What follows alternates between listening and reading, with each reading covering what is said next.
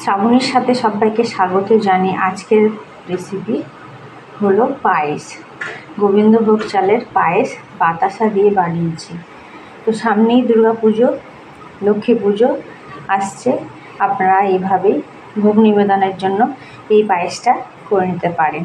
খুব সুন্দরভাবে দেখিয়ে দিলাম পায়েস। এমনকি বাড়িতে যদি খেতে ইচ্ছা করে তাহলে খাওয়ার জন্য এভাবে বানিয়ে নিতে পারেন। তাহলে চলুন দেখে নেওয়া যাক কীভাবে বানিয়েছি বাতাসা দিয়ে পায়েস।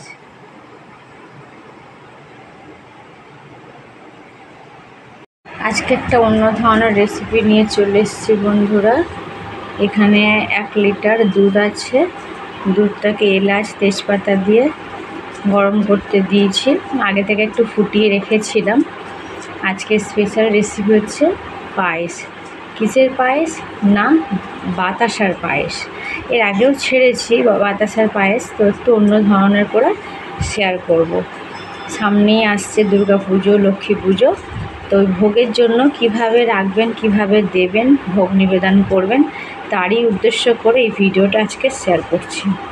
তো দুধটা ফুটে উঠেছে, এর আগে থেকে গরম করে রেখেছিলাম। আর অন্যদিকে এখানে আছে 100 গ্রাম গোবিন্দভোগ চাল, ঘি দিয়ে আগে থেকে আমি মেখে রেখেছি। তো আজকে বাজার থেকে দোকান থেকে কিনে নিয়ে এসেছি। তো এইভাবেই রেখেছি, আমি এখনও কোনো কিছুতে বাকিতে সাজাইনি। এখানে আছে কিশমিশ, বাতাসা আছে 150 গ্রাম, আর এখানে আছে কাজু। তো আজকে রেসিপিটি হচ্ছে বাতাসার পায়েস। তাহলে স্টেপ বাই স্টেপ দেখিয়ে নিই। দুধটা ফুটে উঠেছে। এবার আমি এখানে এই গোবিন্দভোগ চাল যেটা ঘি মেখে রেখেছি এটা এবারে দিয়ে আর বারে বারে নাড়তে হবে, তলায় নালে ধরে যাবে। তো এইভাবে নাড়তে হবে।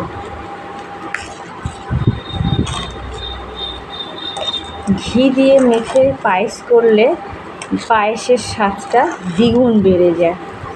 বাড়িতে হলেও একবার এইভাবে পায়েস করে দেখুন, ভালো লাগবে খেতে। ঘি দেওয়ার জন্য দেখুন ঘিটা উপরে ভাসছে দুধে। এইভাবে বারে বারে নাড়তে হবে, নাহলে তলায় ধরা লেগে যাবে।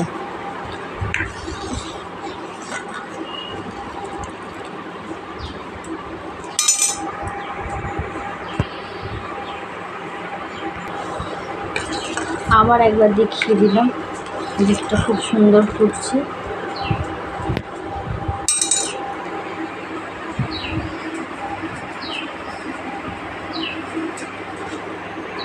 দেখে বুঝতে পারছেন নিশ্চয়ই কতটা ঘনত্ব হয়ে গেছে।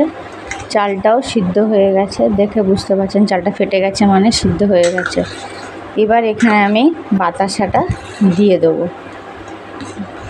পায়েসটা খুবই একদম ঘনত্ব করে নেব।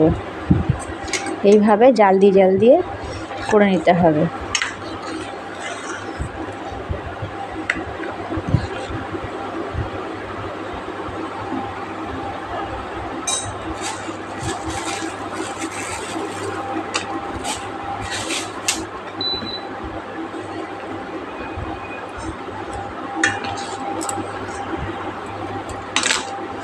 বাকি বাতাসাটা দিয়ে এখন বারে বারে নাড়তে হবে, কারণ খুবই গাঢ় হয়ে এসছে তো, নালে তলায় পুরা লেগে যাবে।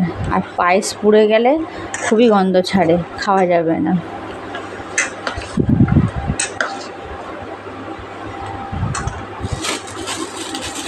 মিষ্টি আপনারা আপনাদের পছন্দ করে নিয়ে নিতে পারেন।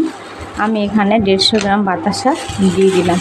আর বাতাসা দিলে কি হচ্ছে, পায়েসের কালারটা খুব সুন্দর চলে আসে। যেহেতু এখন গুড়ের পায়েসটা খুব একটা ভালো লাগবে না, শীতের সিজন নয়। শীতের সিজনে হলে তো খেজুরের গুড় দিয়ে পায়েস খুব সুন্দর হয়, বানানো যায়। এইভাবে বারে বারে নাড়তে হবে।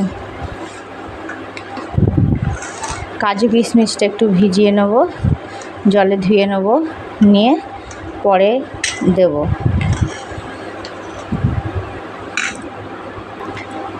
এই পর্যায়ে এসে কাজু কিশমিশটা একটু দিয়ে দিলাম। আর কিছুটা কাজু কিশমিশ রেখেছি, ওটা সব শেষে দেব। ওটা সাজানোর জন্য রেখে দিয়েছি। এই ধরনের পায়েস আপনারা ভোগের জন্য করে নিতে পারেন এবং নিজেদের খাওয়ার জন্য করতে পারেন। খাবার শেষে সব পাতে শেষে একটু চাটনি একটু মিষ্টি হলে খুব ভালোই হয়। তো এরকম যদি আপনারা বানিয়ে নিতে পারেন তাহলে তো কোনো কথাই নেই। রুটি লুচির সাথেও খেতে পারেন এই ধরনের পায়েস বানিয়ে। ভিডিওটি ভালো লেগে থাকলে অবশ্যই লাইক কমেন্ট অ্যান্ড শেয়ার করতে ভুলবেন না। সাবস্ক্রাইব করার অনুরোধ রইল। আর পুরো ভিডিওটি দেখার স্কিপ করবেন না, পুরো ভিডিও দেখার অনুরোধ রইল। পাশে থাকা নোটিফিকেশান বেল আইকনটি অবশ্যই প্রেস করে রাখবেন যাতে নিত্য নতুন ভিডিও ছাড়ার সাথে আপনাদের কাছে পৌঁছায়। তা আপনারা কমেন্টে অবশ্যই জানাবেন রেসিপিটি কেমন হলো।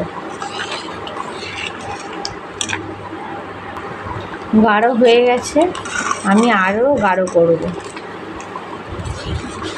তার আগে খেতে সুবিধা হবে, ঠাকুরের ভোগ দিতেও ভালো লাগবে। পাতলা হলে কি ভোগটা ভালোভাবে দেওয়া যায় না।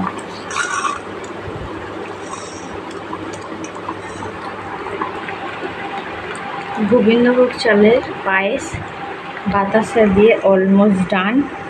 পায়েস রেসিপিটি ভালো লাগলে অবশ্যই জানাবেন। ভালো থাকুন, সুস্থ থাকুন। দেখা হচ্ছে অন্য কোনো রেসিপিতে নেক্সট ডেতে।